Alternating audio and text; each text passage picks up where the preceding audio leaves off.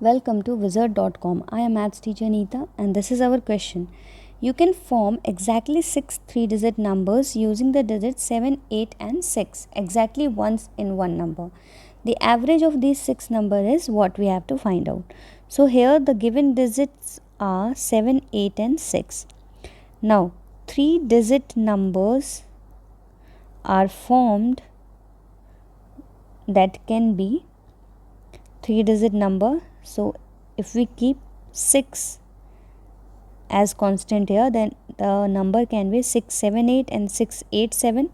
Similarly, another number can be formed like 768 and 786.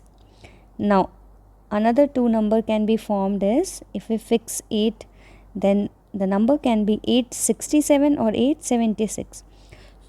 So these 6 numbers are possible if we use all the digit exactly once, which is given in the question. So we have to find basically here the average of above 6 numbers. So the average of numbers is equal to sum of above 6 numbers divided by 6.